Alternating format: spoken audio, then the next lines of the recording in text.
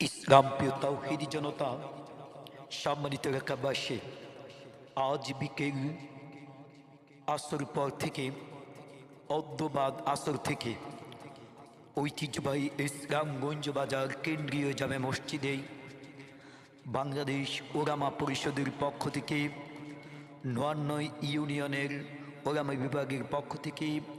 এক বিশাল সিরাত মাহফিলের আয়োজন করা হয়েছে। উক্ত সিরাত মাহফিলে প্রধান মেহমান হিসাবে আসন অলঙ্কিত করবেন